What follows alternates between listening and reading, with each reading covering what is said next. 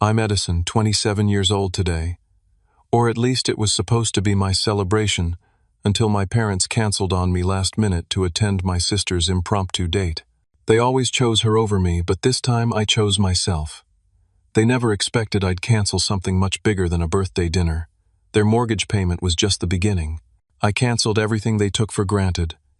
Before I tell you how I ended up canceling my parents' financial security, let me know where you're watching from in the comments below and hit that subscribe button if you've ever felt like the forgotten child in your sprive.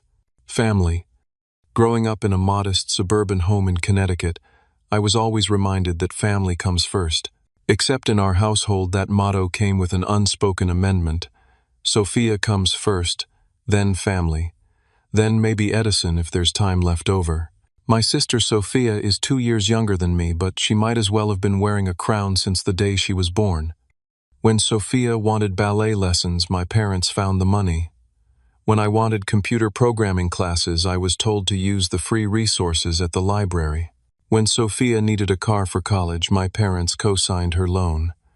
When I needed transportation, I took the bus until I saved enough from my part-time jobs to buy a used Honda with 200,000 miles on it.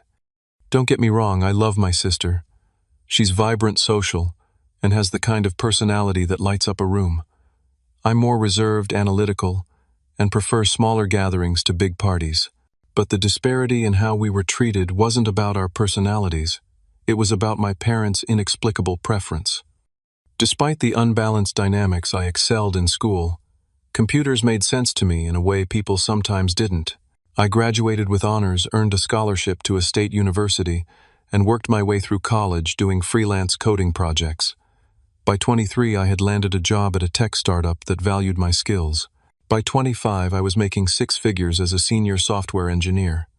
My financial success came at a time when my parents were struggling. The economic downturn hit them hard. Dad's construction business suffered, and Mom's part-time work at a florist couldn't compensate. They fell behind on bills, and their mortgage became a monthly source of anxiety. When they called me, voice trembling about possibly losing the house I grew up in, I didn't hesitate. I set up an automatic payment for their mortgage, $2,400 every month, directly from my account to their mortgage company. I didn't tell them it was automatic.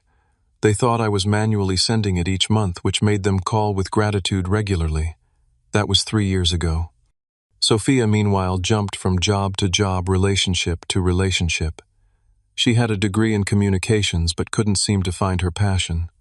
She lived in a nice apartment that our parents helped her furnish. Whenever she was short on rent, they would ask me if I could loan her money. Those loans were never repaid, but I accepted that as the cost of family peace. My relationship with Sophia was complicated. We didn't fight, but we weren't close.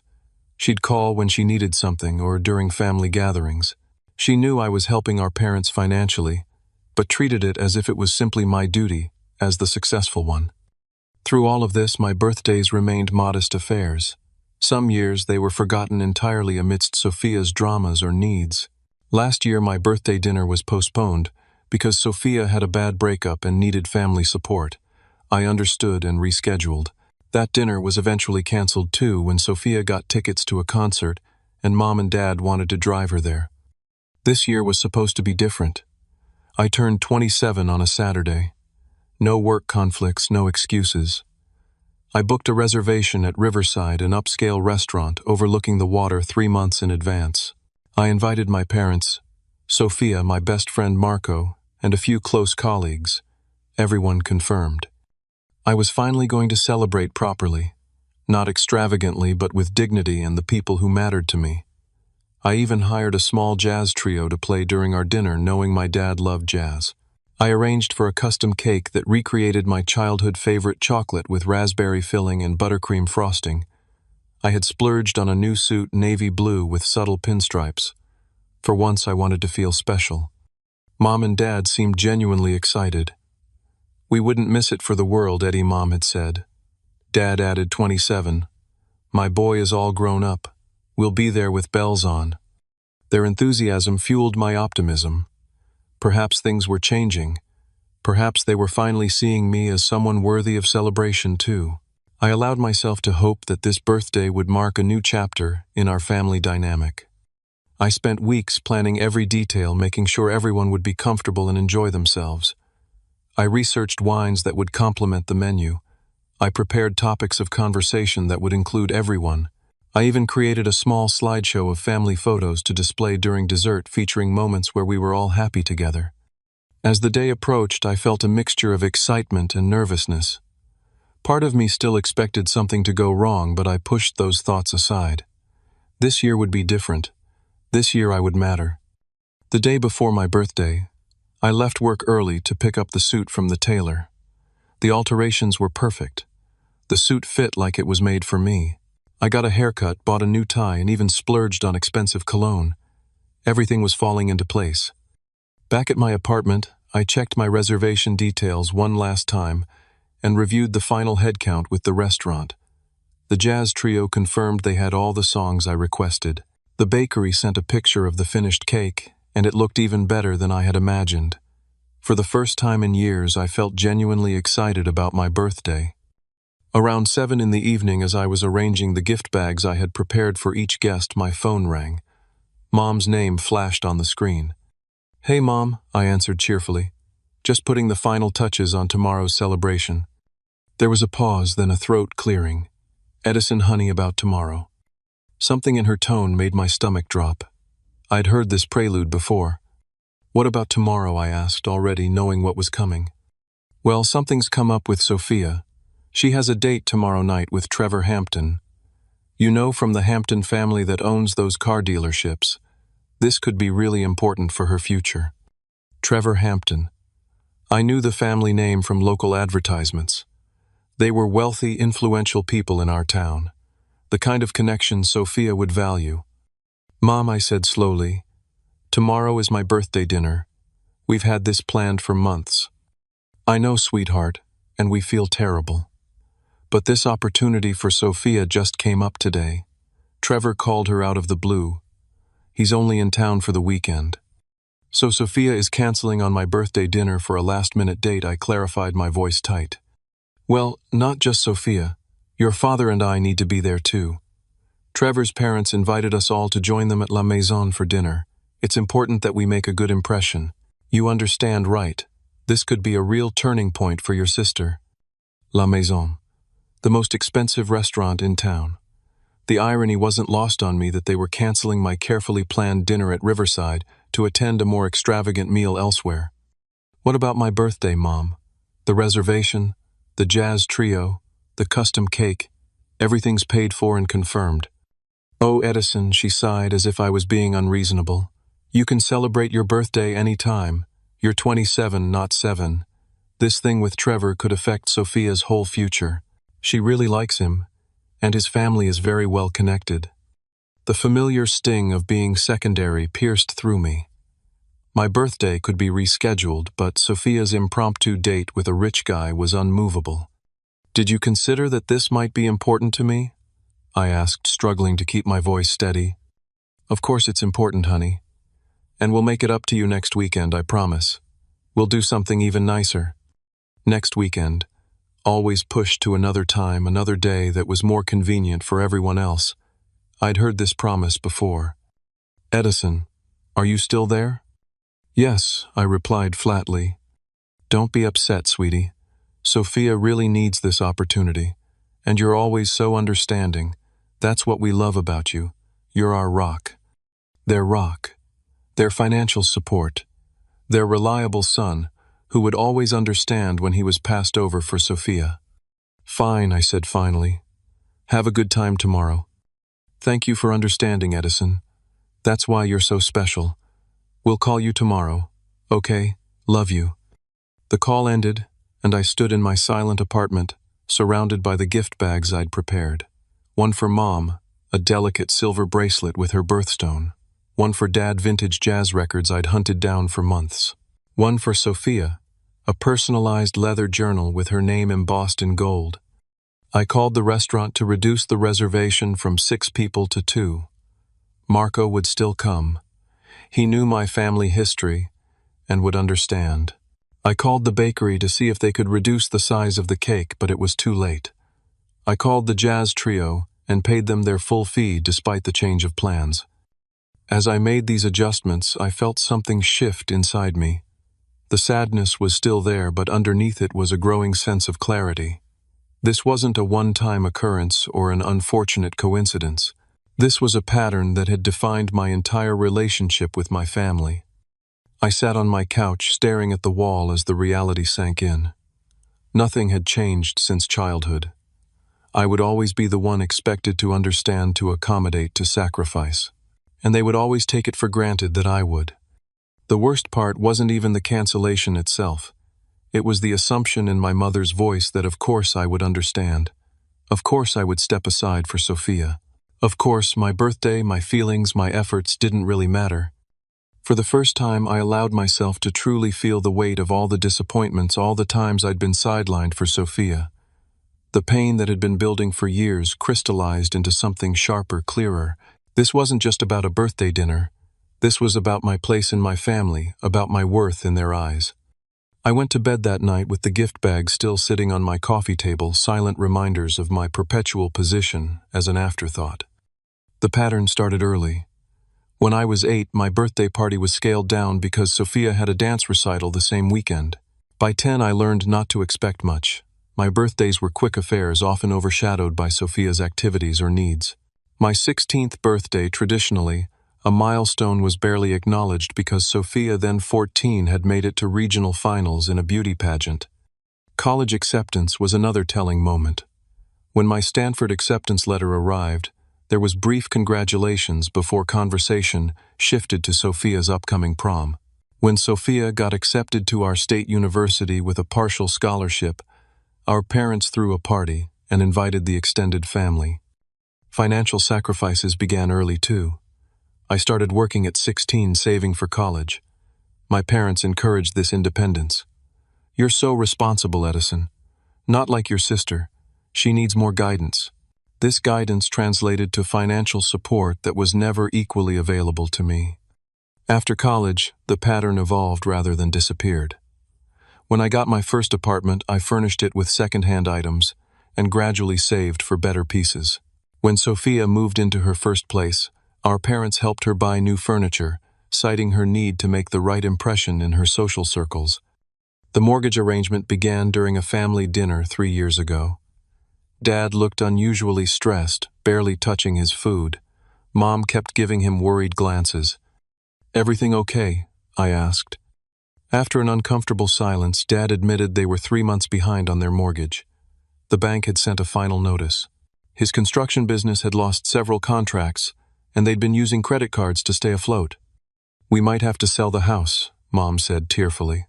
30 years of memories. The family home. The place where, despite everything, I still felt connected to my roots. The thought of strangers living there, or worse, the bank repossessing it, was unbearable. "How much is the monthly payment?" I asked. $2,400. Dad said, his voice heavy with defeat. "We've tried refinancing, but our credit scores have taken a hit." That night I set up the automatic payment from my account. I didn't make a big show of it, just told them I would help out until they got back on their feet. Their gratitude seemed genuine, tearful even. For the first few months they called before each payment, checking if I was still okay with helping. Then the calls became less frequent. By the 6-month mark, the mortgage payment had become an unspoken expectation. I tried discussing the unfair treatment once, about 2 years ago. We were at Sunday dinner and Sophia had just announced she was quitting another job because it wasn't fulfilling. Mom and Dad were supportive, assuring her the right opportunity would come along. I gently pointed out that perhaps Sophia needed to build some resilience, that finding fulfillment often requires working through difficult periods. Mom bristled immediately. "Not everyone is like you, Edison. Sophia is sensitive. She needs to find work that nurtures her spirit." "And what about nurturing her bank account?" I asked. "Or her sense of responsibility?" Dad stepped in. "Your sister is finding her way. We need to support her journey." "And my journey?" I asked. "Does that get equal support?" The table fell silent. Then Mom reached over and patted my hand. "You're different, Edison. You've always been independent, always known your path. Sophia needs more guidance." Different, independent. the code words for, "We don't need to worry about you," or "We don't need to prioritize you." I tried therapy after that dinner. My therapist, Dr. Rebecca Cohen, helped me understand that I wasn't crazy for feeling hurt. She used terms like family scapegoat and golden child syndrome. She suggested setting boundaries, a concept that was foreign to me when it came to family. I read self-help books on family dynamics. I joined online forums where others shared similar experiences. I learned that my situation was surprisingly common, that many families unconsciously create these imbalanced dynamics. But knowledge didn't ease the pain. Understanding why my parents favored Sophia didn't make it hurt less when they canceled plans with me for her, or when they praised her minimal efforts while taking my substantial contributions for granted. The mortgage payments continued. Month after month, $28,800 per year flowing from my account to keep my parents in their home. I never mentioned it, never used it as leverage. It was my way of showing love, even when that love wasn't equally returned. In addition to the mortgage, there were other financial supports. When Dad needed a new work truck, I co-signed the loan. When Mom wanted to start a small garden business, I provided the startup funds. When their roof leaked, I paid for the repairs. Meanwhile, Sophia's financial emergencies continued. An unexpected car repair, a security deposit for a new apartment after a fallout with a roommate, a professional wardrobe for a job she kept for 3 months. Each time my parents would call explaining why Sophia needed help, how this would be the thing that finally got her on track. And each time I transferred the money, telling myself I was helping my family. But in quieter moments, I wondered if I was enabling a dysfunctional system, one that would never change as long as I kept supporting it. The morning of my 27th birthday, I woke up alone in my apartment. No calls yet, no texts. Just the echo of yesterday's cancellation still ringing in my ears. As I made coffee, I scrolled through my bank app, looking at the recurring payment scheduled for next week. Family mortgage, I had labeled it. $2,400. Month after month, year after year. A constant withdrawal from my account that mirrored the emotional withdrawals my family made from me. Always taking, rarely replenishing. The payment was scheduled for 5 days from now. As I stared at the screen, something inside me began to shift. A quiet voice that had been whispering for years was finally getting louder. Maybe it was time to listen. My actual birthday passed quietly. Marco came over with takeout from Riverside, a small attempt to salvage the evening. We ate in my living room, the jazz playlist I'd created for the restaurant dinner playing softly in the background. "They canceled on you again," Marco said. It wasn't a question. "Sophia has a date with Trevor Hampton," I replied, trying to keep my voice neutral. Potential husband material, apparently. The whole family had to be there to make a good impression. Marco put down his fork. "Edison, this isn't right. You know that, don't you?" I nodded slowly. "I've always known. I just thought, I don't know what I thought, that things would change eventually, that if I was successful enough, supportive enough, they'd finally see me. And now?" I gestured around my empty apartment at the gift bag still sitting untouched on my coffee table. Now I'm 27, sitting in my apartment on my birthday, while my family is at La Maison with the Hamptons, probably not giving me a second thought. "What are you going to do about it?" Marco asked. That was the question, wasn't it? What was I going to do? Continue as I had been funding their lives while accepting my place as an afterthought? The thought made something twist inside me. "I don't know yet," I answered honestly. After Marco left, I sat alone with my thoughts. The apartment felt too quiet, too empty. I opened my laptop and pulled up my banking information, staring at the list of payments to my parents' mortgage company. 36 payments over 3 years. $86,400 total. What had I received in return? Occasional gratitude that faded as the payments became expected. My sister continued to be the priority. My birthday dinner could be canceled without real consideration. I thought about what Dr. Cohen had said during our last session. Boundaries aren't about controlling others. They're about clarifying what you will and won't accept in your life. What was I willing to accept? The question rattled around in my mind as I clicked through my bank statements, looking at all the ways I'd financially supported my family while receiving little emotional support in return. Around midnight, I called Marco.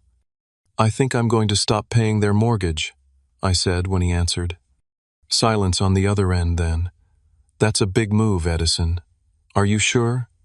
"No," I admitted.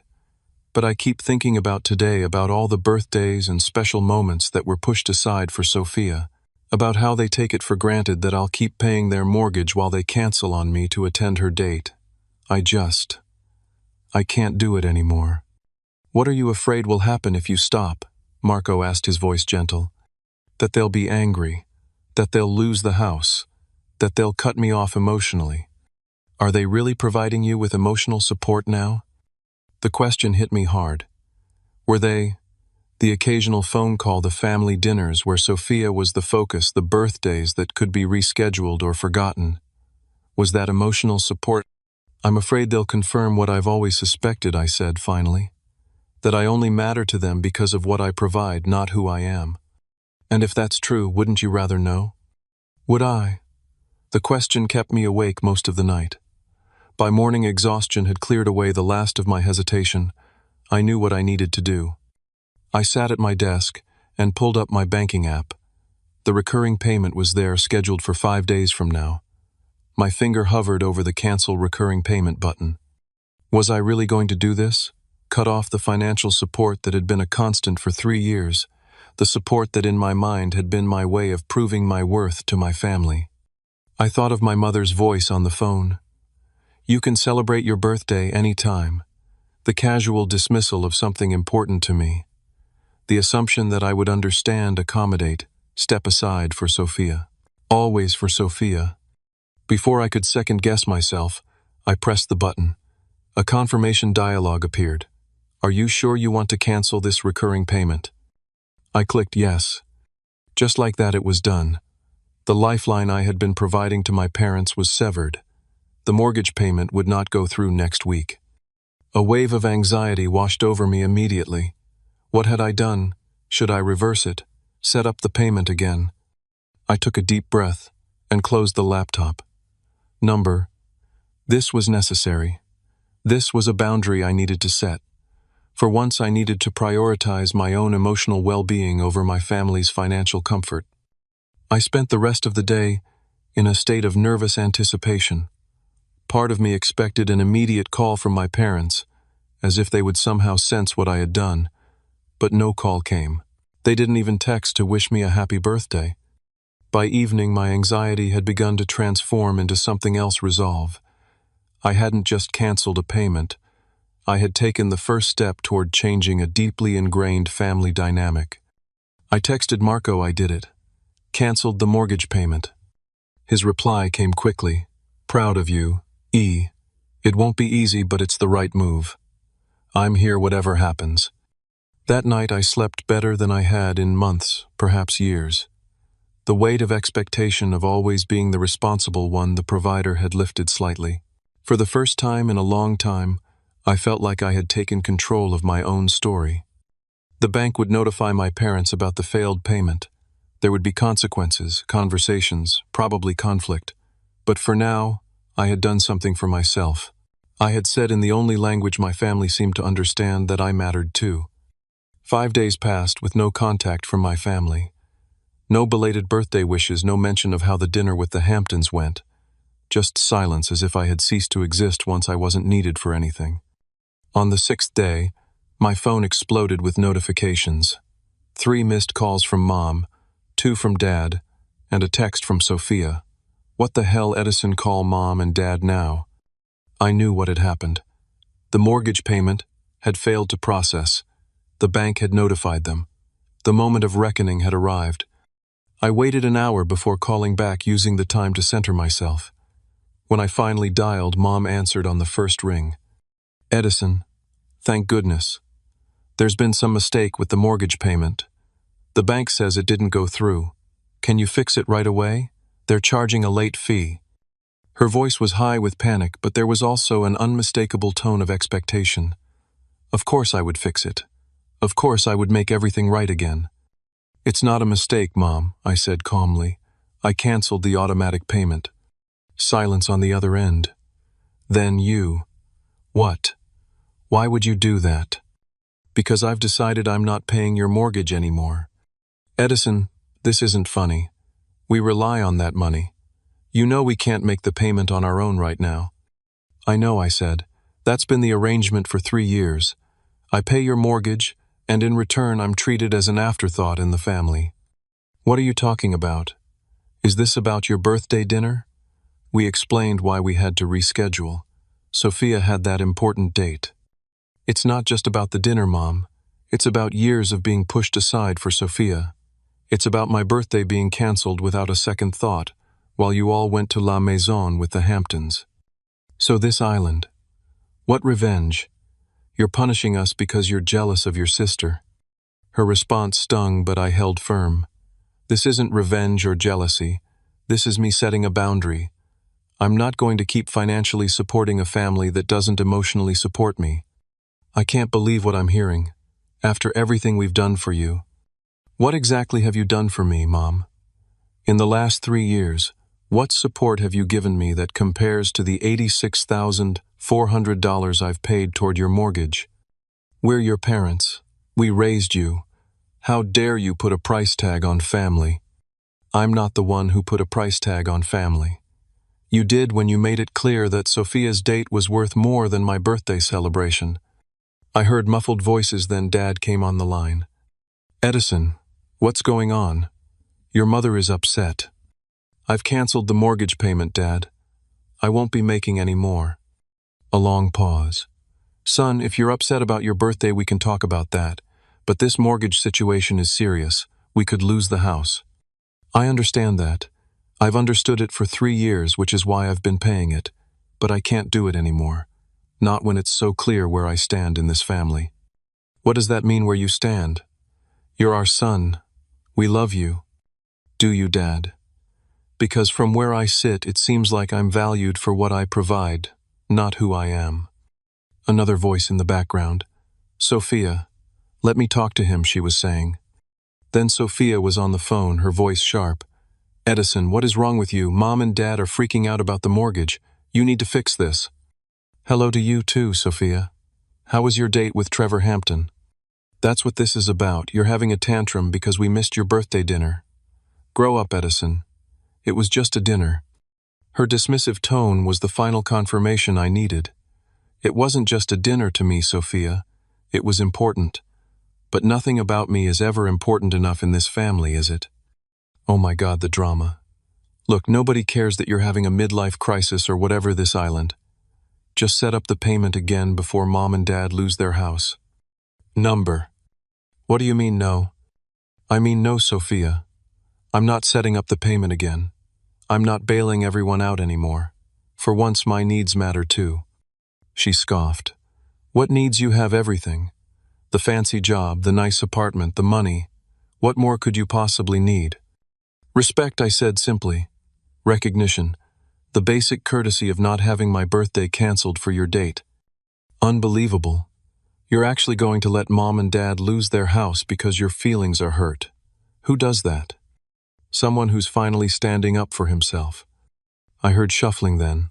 Mom was back on the phone, her voice tearful. Edison, please. We can't lose this house. All our memories are here. Your childhood. Sophia's childhood. Please don't do this. The guilt trip. The emotional manipulation. It was all so familiar, and for the first time I could see it clearly for what it was. I'm sorry, Mom. I've made my decision. You'll need to find another way to pay the mortgage. We don't have another way. You know that. Then perhaps it's time to sell the house and find something more affordable. How can you be so cruel, she sobbed. After everything we've done for you. There it was again. The vague everything they claimed to have done for me with no specifics. Because there were none, not in recent years anyway. I need to go, Mom. I have a meeting. Edison, don't you dare hang up this phone. We need to fix this now. There's nothing to fix, I said. My decision is final. I suggest you call the bank and see what options you have. I ended the call and turned my phone off. My hands were shaking, but there was also a strange sense of calm washing over me. I had done it. I had stood my ground. The next day I turned my phone back on to find more missed calls, angry texts, and even an email from Dad with the subject line, "Urgent Family Meeting." The email was brief. "Edison, we need to talk about this mortgage situation as a family. Your mother and I are hosting dinner tomorrow at 6. Be there." It wasn't a request, it was a command. The old Edison would have complied immediately, eager to smooth things over, to be the responsible son they expected. But I wasn't that Edison anymore. I replied, "I'll be there at 6. But I want to be clear, my decision about the mortgage is final. I'm coming to talk, not to be guilted into changing my mind."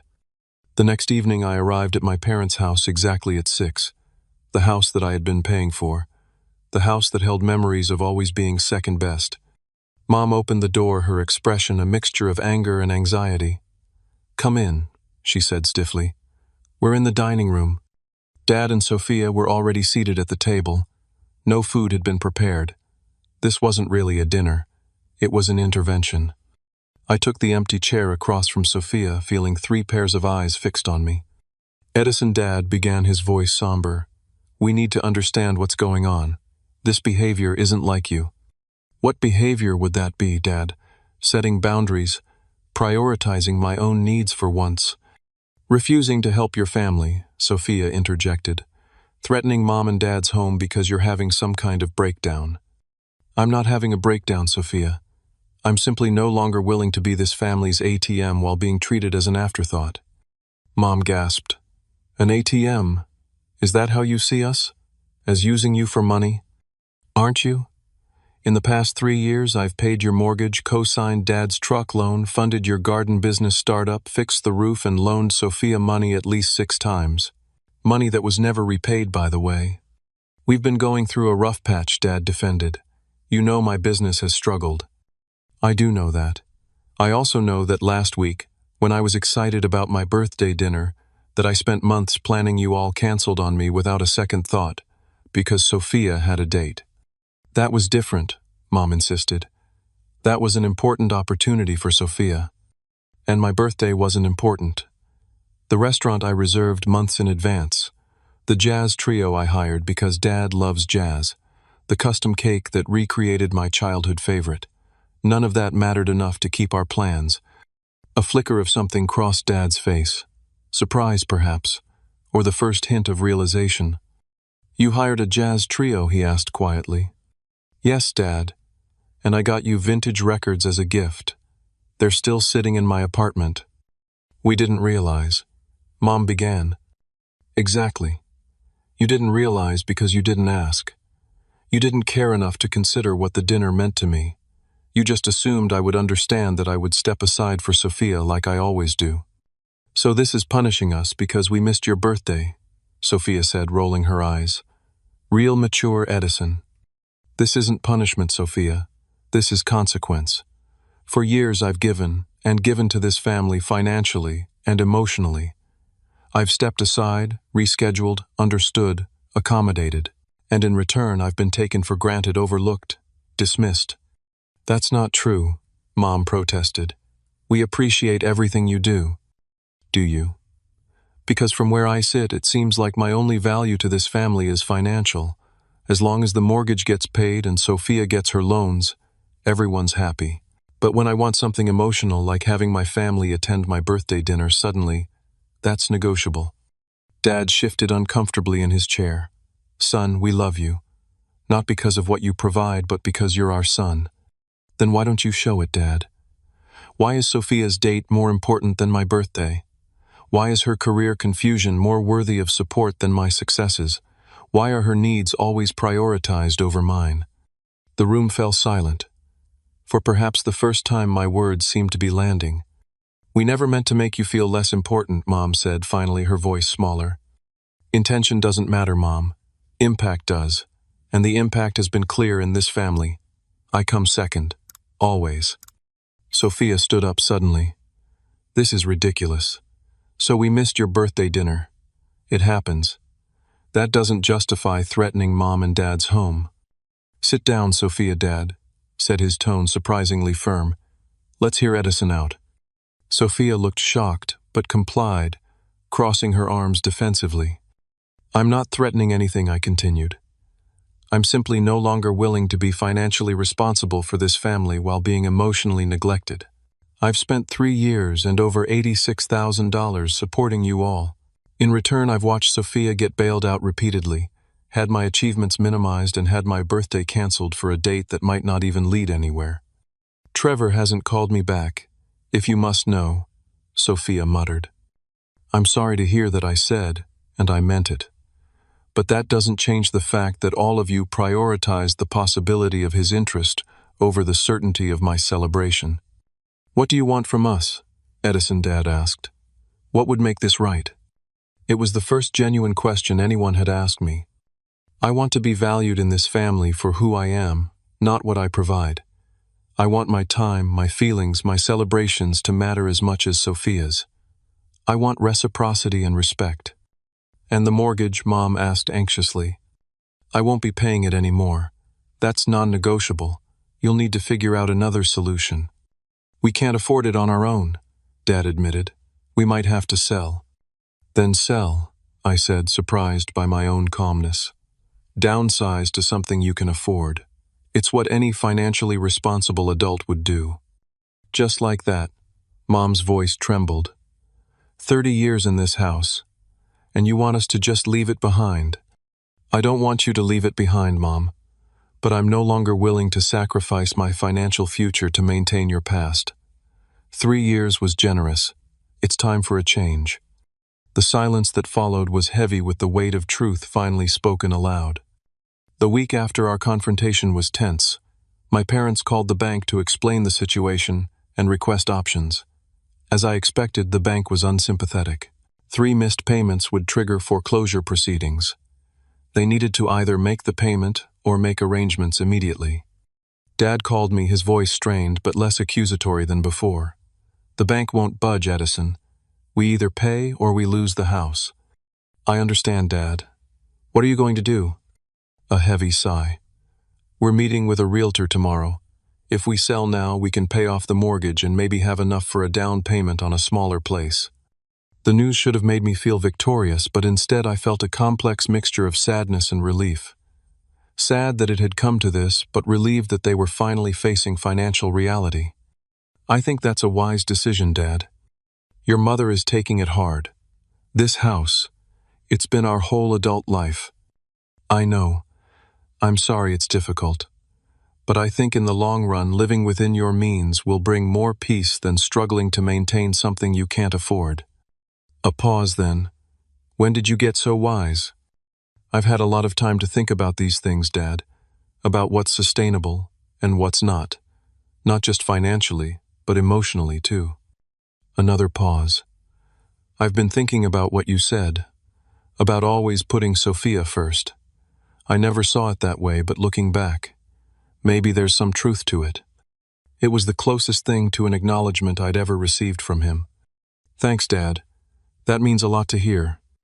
The conversation ended amicably, a small step toward healing. Sophia was less accepting of the new reality. She texted me a few days later.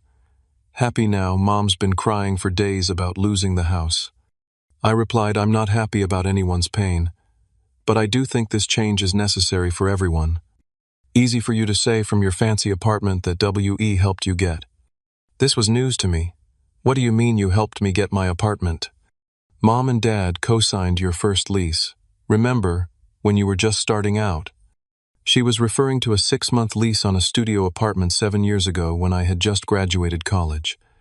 They had co-signed because I didn't have established credit yet despite having the income to cover rent. That was 7 years ago, Sophia. And they didn't pay anything. They just co-signed. I've been financially independent since I was 18. Whatever. The point is, family is supposed to help each other. You're being selfish. I've helped for 3 years, Sophia. $86,400 in mortgage payments alone, not counting all the other financial support. What have you contributed? She didn't respond for hours. When she finally did, her tone had shifted. I didn't realize it was that much money. Most people don't spend that much on their family. I did it because I care. But caring has to go both ways. Another long pause before her reply. I'm sorry about your birthday. I didn't know you had hired a jazz trio and stuff. It wasn't a full acknowledgement of the pattern, but it was something. Thank you for saying that. Are Mom and Dad really going to have to sell the house? Yes, unless they can find another way to afford the mortgage. Dad's business isn't bringing in enough, and Mom's garden venture is still new. What if? What if I helped, I could move back and pay rent? The suggestion surprised me. Sophia had been adamant about her independence, about having her own space. That's between you and them, Sophia. But it would probably help. A week later, Mom called with news. We found a townhouse about 20 minutes from here. It's smaller, but it's nice. And with the equity from this house, we can buy it outright. No mortgage. That sounds perfect, Mom. Financial freedom will be a good change. Sophia's moving in with us temporarily, too. She's going to pay rent to help with utilities and property taxes. I think that's great. Really. A hesitation, then. We'd like you to come see the new place with us before we make an offer. Your opinion matters to us, Edison. Those words, your opinion matters, landed deeply. I'd be happy to, Mom. The townhouse was indeed smaller than their current home, but it was well maintained and in a pleasant community. 2 bedrooms instead of 4, a modest yard instead of their current half-acre. But it was within their means, something they could afford without struggle. As we toured the space, Mom linked her arm through mine, something she hadn't done in years. What do you think, Edison? Could you see us here? I think it's perfect for your next chapter, Mom. It's cozy, but not cramped, manageable, but still comfortable. Dad nodded in agreement. No more mortgage. No more stress every month about making payments. There's something appealing about that simplicity. They made an offer that day, which was accepted. The timeline was quick, 30 days to close on both properties. A whirlwind of packing, sorting, downsizing. I offered to help with the move, and to my surprise, they accepted gratefully rather than expectantly. The dynamic was shifting subtly but noticeably. During the moving process, Dad and I had a moment alone while carrying boxes to the truck. Edison, he said, setting down a heavy box and wiping his brow, I want you to know something. I'm proud of you. Not just for your success, but for standing up for yourself. It couldn't have been easy to confront us like that. It wasn't, I admitted. I was terrified. You forced us to face some hard truths. About our finances, yes, but also about how we've treated you compared to Sophia. I'm not saying we got everything wrong, but we could have done better by you. His words were a balm to years of hurt. Thanks, Dad. That means a lot. Your mother and I have been talking. We want to do better. Be more aware of the balance between you and your sister. It might take time for old habits to change, but we're trying. I nodded, feeling a cautious optimism. That's all I can ask for. The day they moved into the townhouse, I brought a housewarming gift, a small jazz record player for the living room, along with the vintage records I had originally bought for Dad's birthday gift. Mom cried when she opened it. Oh, Edison, it's perfect. As Dad set up the record player, Sophia approached me awkwardly. I got you something too, she said, handing me a small wrapped package. Inside was a belated birthday card and a gift certificate to Riverside, the restaurant where my canceled dinner was supposed to be held. I thought maybe we could go sometime, she said, not quite meeting my eyes. Just us, to talk and stuff. It was a small gesture, but a meaningful one. I'd like that, Sophia. Thank you. That evening, as we sat in their new living room, smaller but somehow warmer than the old house had been, Dad put on one of the jazz records. The familiar notes filled the space, creating a moment of peace after weeks of tension. A toast, Dad said, raising his glass. To new beginnings, to honesty, even when it's difficult, and to family, which is about more than just a house or money. It's about seeing each other, truly seeing each other. We clinked glasses, the sound bright and hopeful in the new space. 2 months passed quickly. Spring turned to early summer, bringing with it a sense of renewal that seemed fitting for our family's evolution.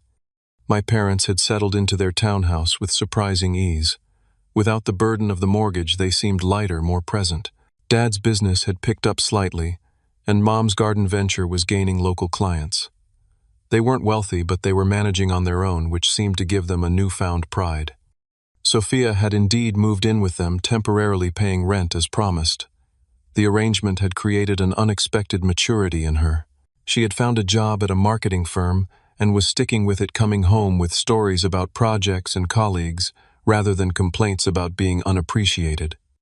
As for me, I had continued my therapy sessions with Dr. Cohen, working through the complex emotions that had surfaced during the confrontation and its aftermath. Guilt still crept in occasionally, but it was less overwhelming now, balanced by a growing sense of self-worth. The most significant change came 6 weeks after the move. My parents called and invited me to dinner at their townhouse. "We want to celebrate your birthday properly," Mom said. "We know it's late, but it's important to us." When I arrived, I was surprised to find their small dining room decorated with tasteful birthday banners. A chocolate cake with raspberry filling and buttercream frosting sat on the counter, almost identical to the one I had ordered for my canceled celebration. "We asked the bakery to recreate it," Dad explained, seeing my surprise. "From your description." Dinner was simple but thoughtful. All my favorite foods prepared with care. No jazz trio, but Dad had created a playlist of jazz standards that played softly in the background. After dinner, Mom brought out a small wrapped box. "This isn't much, but we wanted you to have something meaningful." Inside was a vintage watch that had belonged to my grandfather.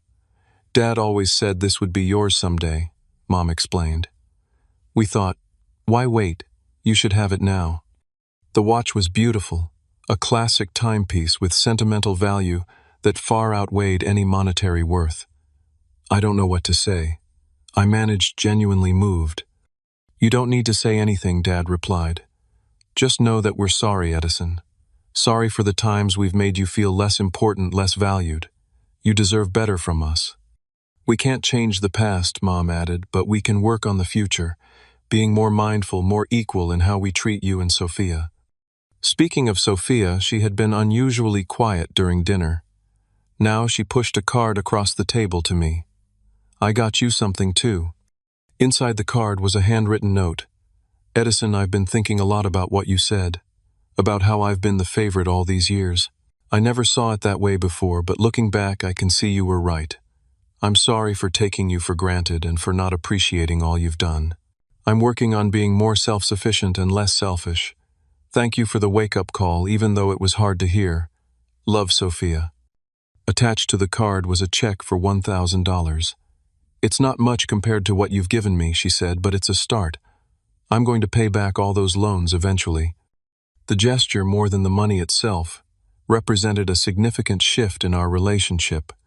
"Thank you," I said, looking at each of them in turn. "This means more than you know." As we ate cake and talked, I realized something had fundamentally changed in our family dynamic. There was more listening, more awareness of each person's contributions and needs, more balance. The changes weren't perfect or complete. Old patterns occasionally resurfaced. Mom still sometimes focused more attention on Sophia's stories. Dad still occasionally made assumptions about my willingness to help with technical issues without asking first. But now, when these things happened, I felt comfortable speaking up. "Mom, I was sharing something about my work before Sophia started talking."